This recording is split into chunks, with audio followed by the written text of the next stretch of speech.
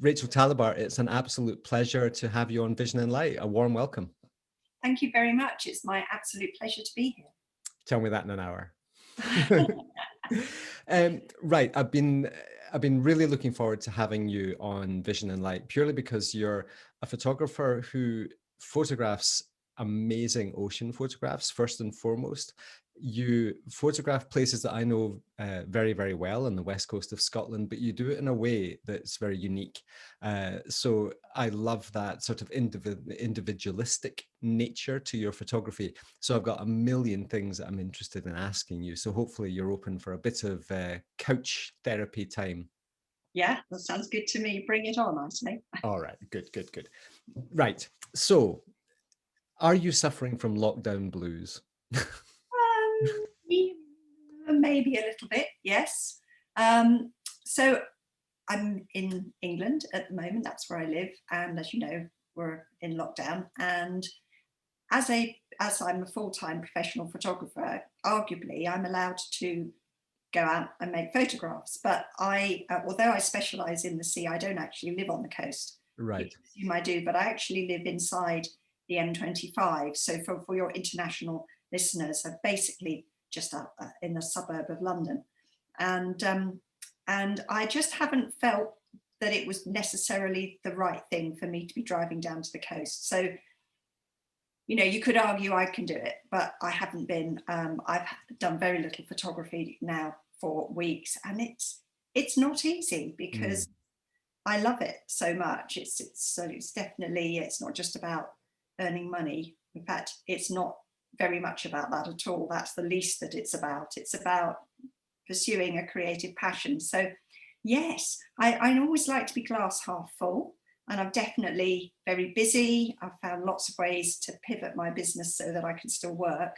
Mm-hmm. If I didn't have work, I would be going mad. Right. So it's okay, but am I looking forward to a relaxation, at least of outdoor restrictions? Yes, you bet. Yeah, we're in a very similar situation. I mean, I live in the Highlands of Scotland on the west coast, and you know, theoretically we can do the same. We can go out and photograph. We get honked by passers-by every time we do, though. If we go down to Rannoch Moor or somewhere like that, we're getting horned and people shouting out of car windows, assuming that we're just tourists or amateur photographers. So a bit like you, we, much as we can and do love to get out, it's troublesome. I mean, we're getting on for a year now since COVID hit the UK and all our workshops got cancelled and all of that type of stuff. And you and I are in the same boat with that, having businesses that were quite heavily focused on face-to-face instruction. Have you, talking about being a half glass full type of person, do you feel that you've learned something new about yourself and your ability to articulate your skill set and your passion and your creativity away from the traditional avenues that both you and I pursued for a number of years prior to that? In one particular area, I think maybe I have. It's not that I'm doing something new, but I'm doing a much more of it and finding it even more rewarding than I thought I would. And in fact, just before this phone call, I've been doing a one-to-one with a client. I'm doing a lot more of the sort of creative development, mentoring with other photographers, and we're doing it all online. Yeah. And I'm finding that personally very rewarding, which sounds a bit selfish, doesn't it? Because, you know, it should be about them. But of course, it's lovely to help people. And it's, you know, when we do location workshops, whether it's a day workshop or a week, it's quite an intense, finite time. And you see a client and you spend a lot of time with them and you get to know their work, and then they go home and you might see them on another workshop in the future. In fact, you usually do, but you don't have that oversight of their development. And now through the online distance learning, I'm doing mentoring and extended courses with small groups. I'm getting to see these photographic artists, because they are, I'm getting to see them develop in their journey. and I'm finding that really exciting. And they're not making pictures like mine.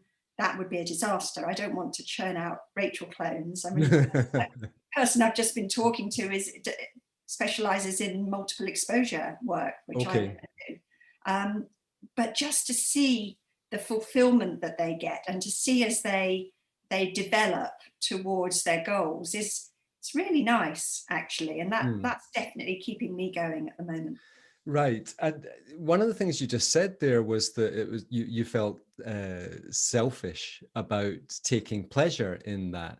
But surely there's that beautiful symbiosis about education, and whether it was in your previous career in the law, where I believe you were teaching Mm, um, other lawyers, or yes. in the photographic realm, because it's that sounding board, it's that having to articulate something to somebody else sparks off these little creative neurons in our own development.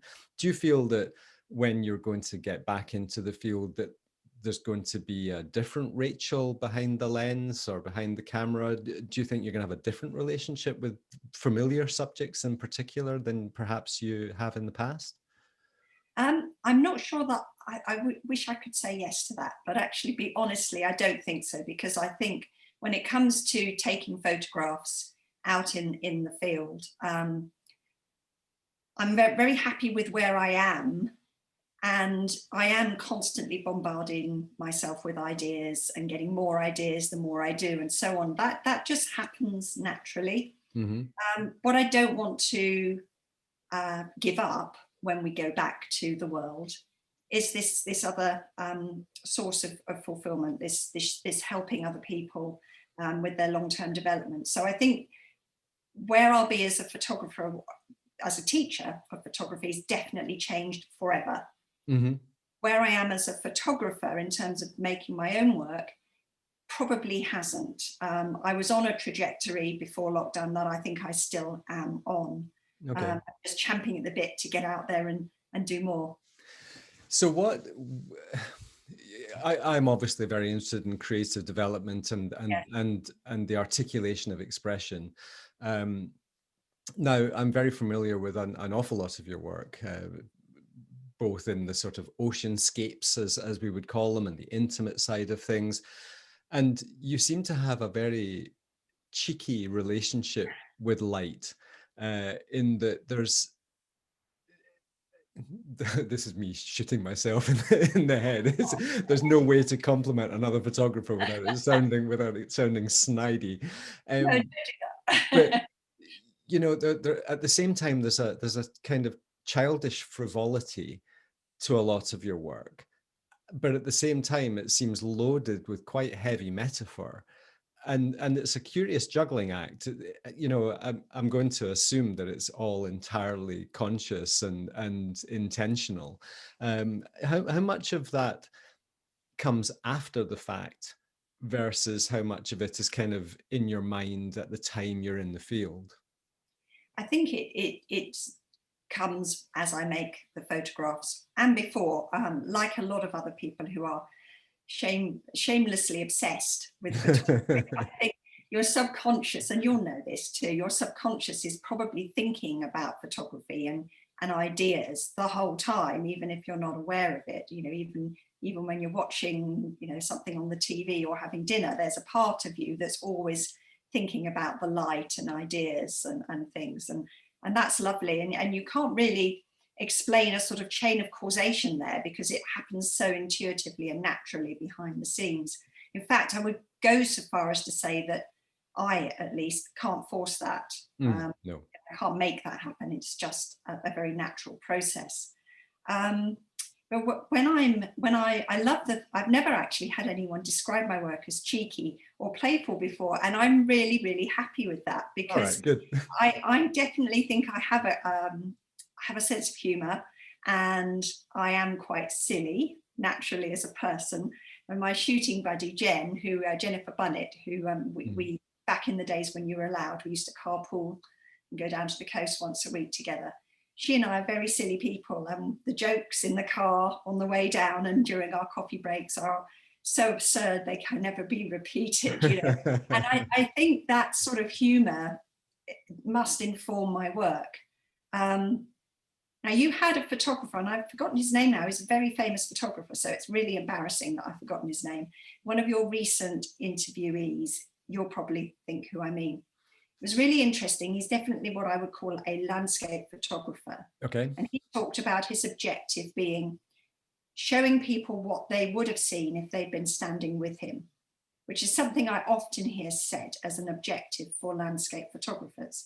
So that they're standing in front of this amazing scene, and they've taken the trouble to wait for some spectacular light and put in all the hours and patience that takes, and maybe they've hiked somewhere, and they want to share that incredible moment with you, so you see what they saw, which is an absolutely laudable objective. And that is not my objective at all. No. In any way. What I want to do is show you something you wouldn't have noticed if you'd been standing next to me. Right. So that is probably where the cheekiness or the playfulness comes in. And I'm just as likely then to choose a much longer focal length, to pick a tiny detail out of the scene, or look down at my feet, even though there's something epic going on out to sea. Yep. Because I would really like to share what I've noticed that you might not have noticed. And you know, your journey into landscape photography is a familiar story. I mean, I think quite a few of us. I mean, I was in the professions. I was in finance for 20 years before I became a professional landscape photographer. And you were in the law, another folk in IT, and various other professional careers. And do you think that there was? It sounds like you were quite heavily into photography even when you were in the law. You know, you were still, that was your kind of vacation time, I guess. At what point did you just think, I have to do this? You know, because obviously, you know, finance is a lucrative career, the law can be quite lucrative, and photography doesn't tend to be particularly lucrative. It can be, you know, we do okay, but you know, I always said if I'd wanted to make £1 million a year, I wouldn't have left finance. So it's you know, it's not something we get into for the money. But at some point, there must have been something in you that just went, no, this is what I have to do. This is the rest of my life. Yes, there was. But in fact, there was a gap between my career in the city and me becoming a full-time professional. And it was quite a long gap. It was a gap while I raised my children. Yeah. And during that time, I went back to university. Yes, I read about your multiple degrees. Yeah, no, it's ridiculous, isn't it? So obviously I did law the first time around at 18. But then when I went back to university, I did a BA in English literature, and then I did a master's in Victorian literature and art. Right. And I did those part-time because I was raising children. So it's actually several years. It's a big chunk of time. Yeah. In fact, it's nearly, I think it's 13 or 14 years between the law, I'm quite old, between the law career and the photography, or at least being full-time. And those were pretty important years, actually, raising children and being able to have the time to actually spend, you know, being a full-time mum at home with them, but keeping my brain going with the studies. I felt very privileged to be in that position. And I loved those years. I loved raising my kids. It doesn't get talked about enough, that, I think. Right. It was wonderful. And during that time, photography, which had always been a hobby, just kept quietly insisting upon itself more and more and more. And I was photographing, as you may have read, I was photographing insects mostly for quite a long time, because my garden was right there. And I'd planted it, as I used to be a massively keen gardener in those years as well, planted it with native flora so that it would attract insects. And, you know, the kids could be doing their homework or whatever, and I could nip out and do photography. Right. But, you know, as they age, you get more time available for your own stuff. And so the balance kept shifting gradually over those years. And when I'd finished the master's, it was do a PhD or go with the photography. And by then, photography was insisting upon itself very loudly. So that was the way I went. And Right. that was back in 2015. So it's Right. not that long ago, really. No, no. But yes, I mean, but you've been shooting for years and years and years, Yes, though. yeah. And as soon as you turn professional, there's the problem with these conversations, the problem without having a script is that when you say something, there's avenues of opportunity open themselves, and it's trying to juggle the 9 different questions that I have for you now. I'm going to ask the first one first, the one that really came to my mind, which is,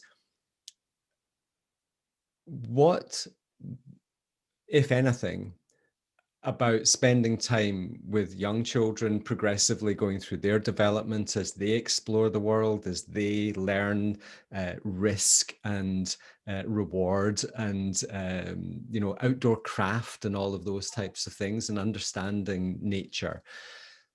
Was that did all of that stuff have an impact on your own creative development? Did you find yourself exploring the landscape through your children's eyes and experiences in any way? And if so, did that kind of impact on your small scene photography, perhaps? I think so, definitely, in fact. I think children, almost all, in fact, children are inherently imaginative beings.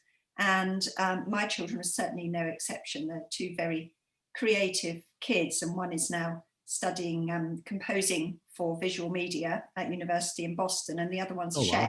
So obviously Two on furlough creative crafts. intermittently at the moment. But yes, both very creative children. And having young children, it does, in some way, it ages you.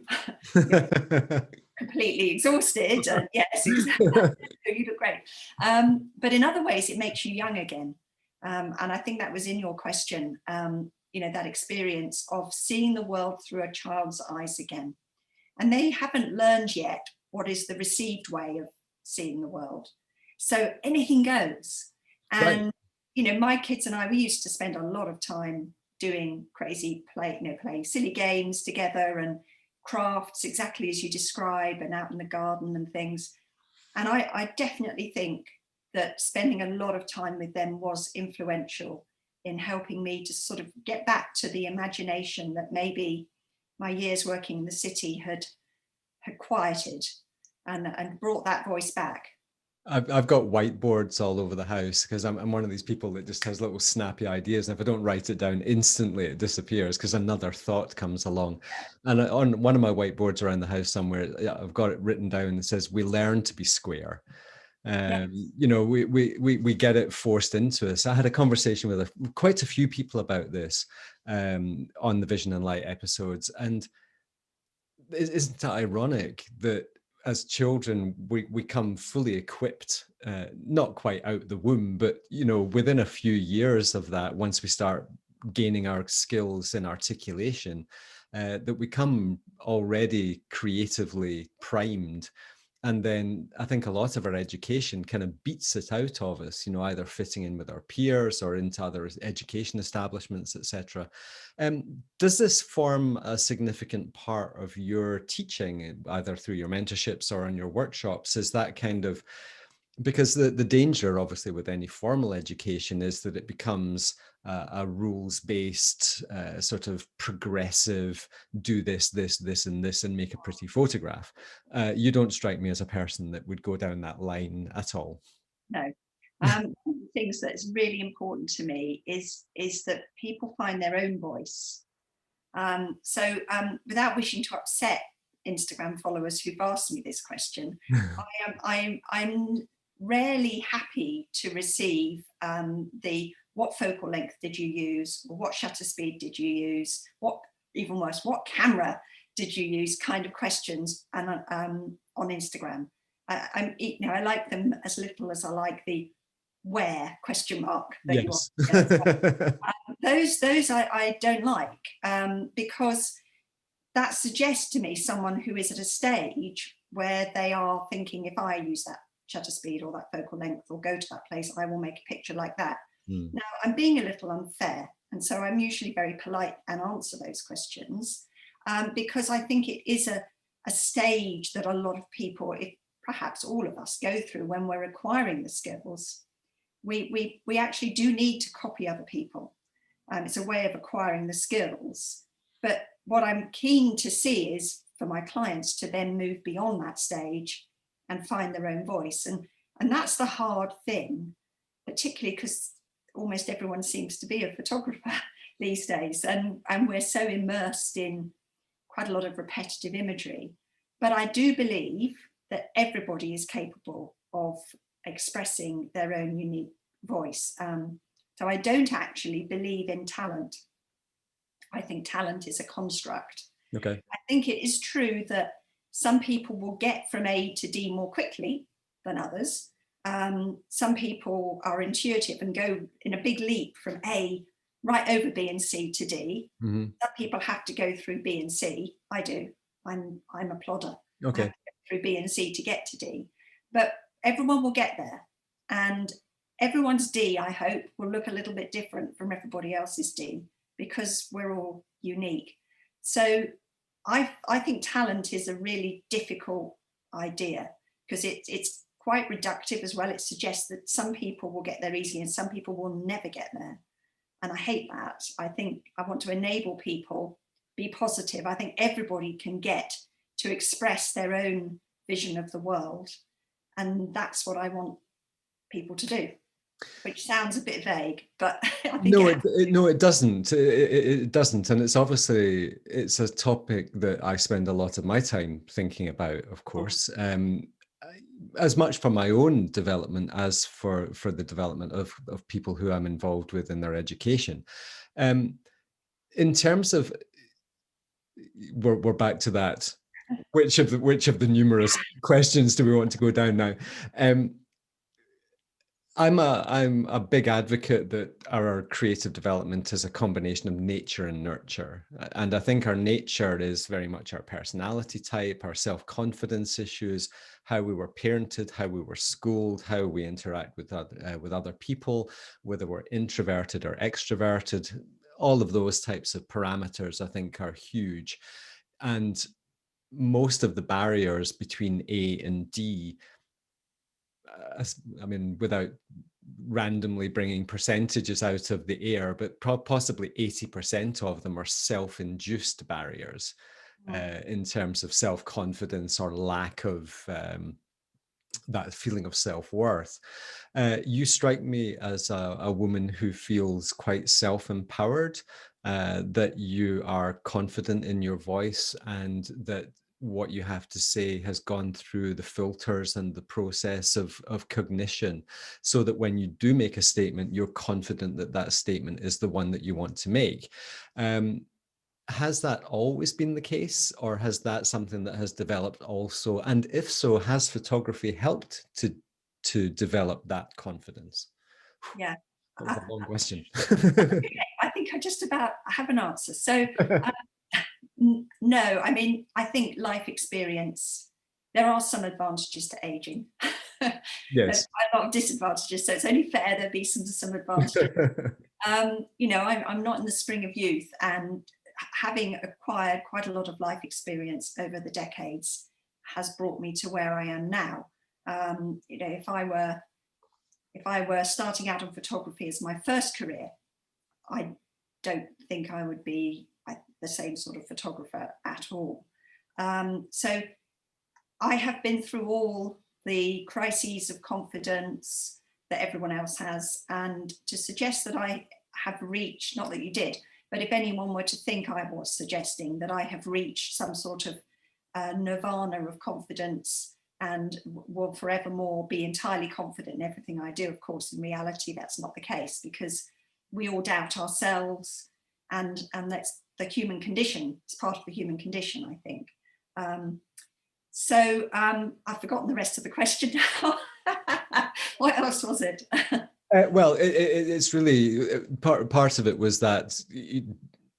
Have you always been self-confident, or has the photography helped you develop self-confidence? Oh, okay, yes, no, thank you. I think that having some success, having people receive, and by success I don't mean monetary for now, I mean people receiving your work in a good way, in a positive, affirming way, is tremendous. And when I decided to go full time, I was quite lucky that I hit upon Sirens, which is probably the portfolio, if people have heard of me before, that they know. I hit upon that really, really quickly. I went full time at the end of 2015, and Sirens started being published at the beginning of 2016. So it's amazing.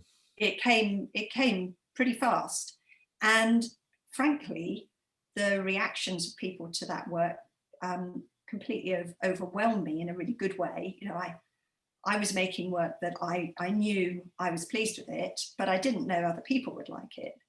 And that sort of reaffirmation from outside is huge in building confidence. So I'm not sure that's a very positive answer for people who haven't had that experience yet, because it suggests that I'm only exuding confidence because I happen to have hit upon a hit portfolio. I don't want to suggest it's the only thing, but it is, I have to be honest, that's got to be part of it.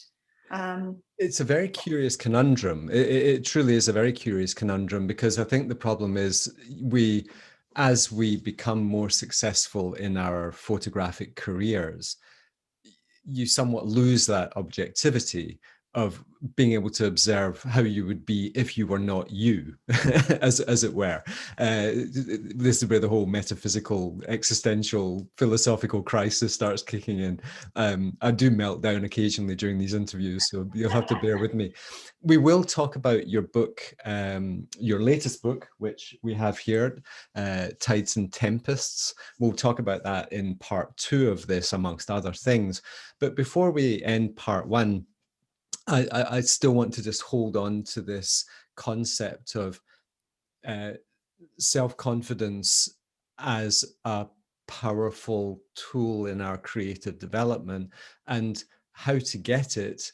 And because obviously it's getting harder and harder these days to gain popularity, to gain external validation, because there's just, like you said, I mean, there's 100 million photographers.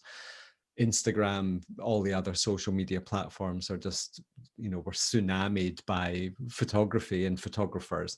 So getting your foot on that ladder is getting increasingly difficult to do. Is there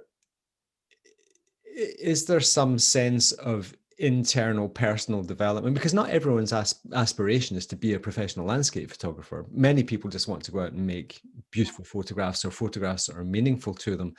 Do you think ultimately we're going to get to that point where there's just so many photographers and so many photographs that internal personal development becomes a very significant mental health benefit, and also the sort of self-actualizing, rather than the external validation, which you've talked about and I've experienced myself through my own work? Well, I think, yes, there are a lot of photographers out there. I, on the whole, though, see that as a positive thing, because yes, digital has democratized photography massively. But that means, glass half full here, that means that loads more people have had the opportunity to experience the fulfillment of being creative. And that's wonderful. That's good for everybody, because that means there's a lot more people who have enjoyed, you mentioned mental health, the very real tangible mental health benefits that come from being fulfilled creatively. So I see it as a 99.9% good thing that there are so many photographers out there. Yes, there's a lot of sameness on social media and everywhere. We are seeing a lot of pictures, but there's also a lot of originality still, a heck of a lot. I think for me, the key thing is to be able to recognize the difference and to acknowledge it. So if I create a picture that I know is derivative of someone else's work, not only will I consciously admit that to myself without shame, but if I should ever be tempted to publish it, I would state so outwardly. I would say, this is an homage to X. And I think if we are to acquire our own voice as artists, and let's use the word artists now, because I fully believe that applies to photographers. If we are to find our own voice, we have to understand when we are using someone else's voice. And I wish if I could have one thing I would change about the photographic community, it would be for more people to be absolutely straight on forward about this. You know, if there's just randomly occurs to me, because we messaged each other today, there's a great photographer, friend of mine called Mike Curry, who brought a book out called Fleeting Reflections, beautiful reflections from Canary Wharf. He had a particular approach, and his work was quite unlike other work being done up till that point.